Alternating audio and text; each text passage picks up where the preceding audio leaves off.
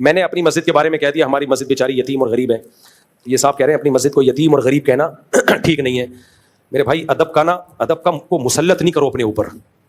اس میں مسجد کی توہین نہیں تھی, مسجد کی قسمہ پرسی بیان کرنا مقصد تھا.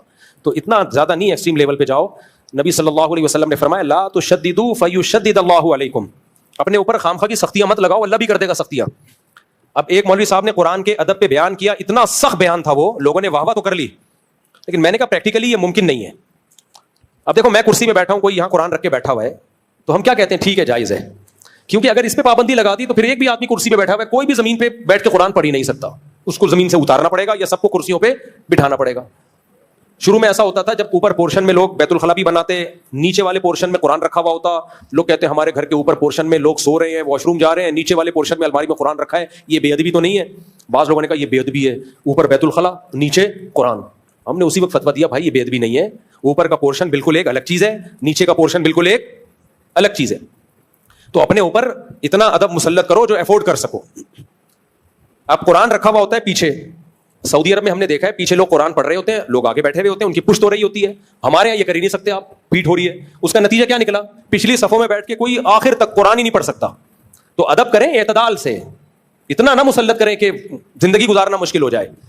ایک بیچارے بزرگ آیا کرتے تھے مجھ سے ملنے, اللہ ان کی عمر میں برکت دے, اگر دنیا سے چلے گئے اللہ مغفرت فرمائے. وہ بہت زیادہ ادب سے بات کرتے تھے مجھ سے. آتے پہلے درود شریف پڑھتے, بڑے احترام کریں آپ مفتی ہیں, تو اتنا زیادہ القابات عرض کیا تھا. احقر کو گوناگوں مصروفیات کے باعث آپ سے ملاقات نہیں ہو پا رہی تھی, تو اب بڑے عرصہ دراز کے بعد آپ کا دیدار مبارک نصیب ہوا, تو کچھ گزارشات پیش خدمت ہیں. مجھے پسینے چھوڑ جاتے تھے.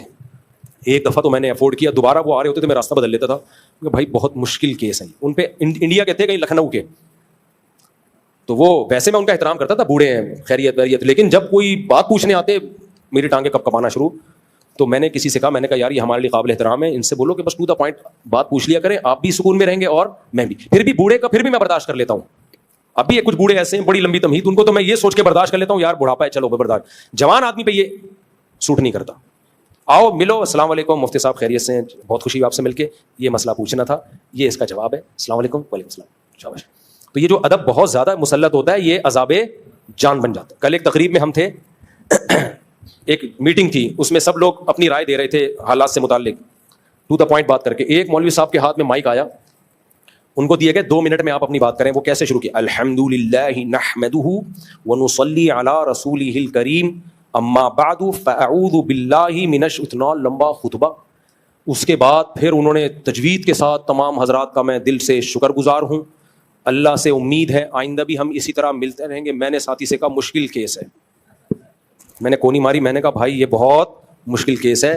میں نے کہا کوئی فارورڈ کا بٹن واٹس ایپ میں تو ہوتا ہے, آہستہ بول رہے ہیں نا آپ, ڈبل اسپیڈ کر دو. میں نے کہا کوئی ایسا سافٹ ویئر بناؤ, سب سے پہلے میں خریدوں گا, جو اس طرح بول رہا ہوگا جا کے اس کے لگا دوں. وہ کیا ہوا, 2 منٹ کی بات 20 منٹ میں کیے اور لوگ اٹھ کے جانے لگے. ابے ٹو دا پوائنٹ بات کرو, چلاؤ یار آگے. تو یہ جو ادب ہے, مسجد کو یہ بول دیا, مسجد کو غریب بول دیا, بھائی کوئی بے ادبی کی نیت سے نہیں بولا ہے, مسجد کی حالت بتانے کے لیے. تو اس میں کوئی زیادہ نہ مسلط کریں.